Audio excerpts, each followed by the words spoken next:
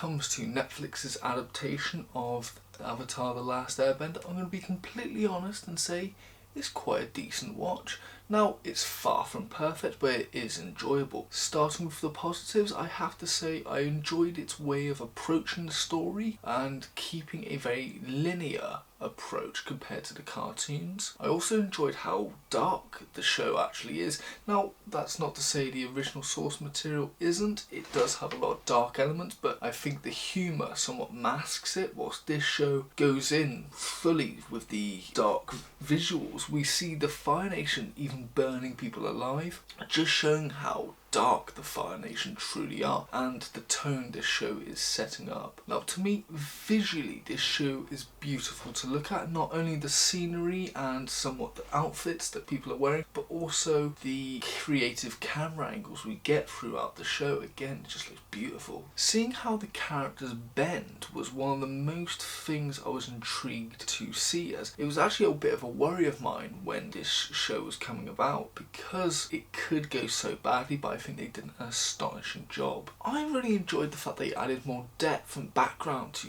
characters, specifically characters like Iroh, who we know has a dark history, but in the cartoons it's rarely touched upon, whilst in this show they vilify him, and I think that was a very interesting and creative take from the writers and creators of the show. I also enjoyed how they added onto the relationship of Zuko and Iroh, as with the cartoon you somewhat see he's with Zuko on this journey to somewhat make him level-headed, and in the Netflix adaptation it feels like it's a different reason as to why he joins us. He thinks he's a very good family member and he's the only family he really trusts, and he was there for him during a terrible loss in his life, and so I think that's why he's accompanying him. If he's going to be banished, I want to be with the family member I trust the most. And it's quite touching, really. Something I also enjoyed that I think needs to be talked a lot is the choreography. From the very first episode to the very last, the choreography just gets better and better, very creative, just astonishing to watch, really. And whilst the show, like I did say, is very dark, it does have its elements of silliness, whether that be the Mad King Boomy himself, whether it be Aang throwing plates during a fight, or whether it be the return of the Cabbage Man. All just little hints of here, slightly making it a bit silly and more connecting it to the animated show than you would previously think. Whilst the show was as faithful as it could be to the original source material, what I did enjoy is how they blended certain story modes together and how they took creative takes on not too big of things, but splicing plot lines together and adding more depth to characters, and not changing drastically plot lines, but just adding onto the levels the original source material had. When it comes to the finale, I'm going to be completely honest and say it was quite enjoyable. It was intriguing to see the Fire Nation versus the Northern Water Tribe, that particular battle going forth, and seeing how they do their approach versus the animation version, with a lot of similarities, and it was enjoyable to see how they touched upon Avatar somewhat self-sacrificing himself to allow the spirit of the moon to embody him. Thought that was very good. There's a lot of great visuals. The CGI is okay. It does look slightly off, but it's understandable, and I think they did an okay job. Now, if I had to compare it to the original, I would say the original wins all the time, but they had a great go of it. Now, when it comes to criticisms, I do have my fair share, starting with the fact that this show has very little humour.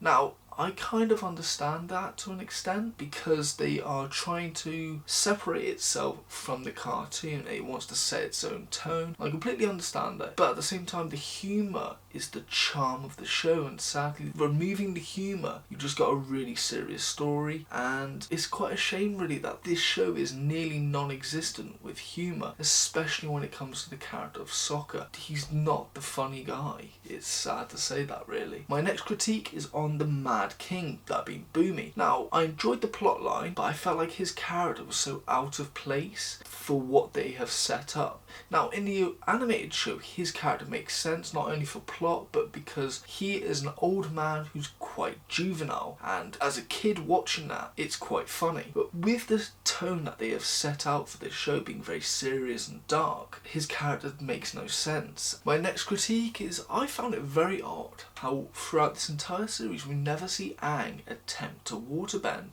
as again, I just found that very odd.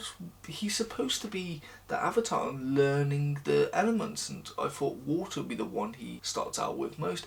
Even when he gets to the water tribe, we see no lessons of any kind being taught to Aang, and I just found that quite baffling. Now, I wonder how they're going to approach that in the next series, because I feel like there's only two ways of it. We see him slowly learning how to waterbend, and by the time he leaves the Northern Water Tribe, he's somewhat successful. Or it's off screen and he has become this waterbending legend that he's supposed to be. But if they do it that way, it's somewhat a disservice to the fans. We don't get to see the journey of him learning to waterbend, which I feel is quite insulting. My fourth critique is about the CGI. Now, for majority of the time, let's say 9 times out of 10, the CGI was amazing to watch. But there were a few instances that were quite ugly to look at and weren't the greatest of CGI. That being when we're seeing Aang in the Avatar state. It just looked very computerized and unrealistic, especially in the facial area. But other than that, I think the CGI was really good. It's just those few instances where you definitely noticed them, and it wasn't for the best of reasons. Overall, it was a fairly interesting adaptation, and whilst they excelled in certain areas, they definitely failed in others as well. But it's still an interesting and intriguing adaptation. Is this show good?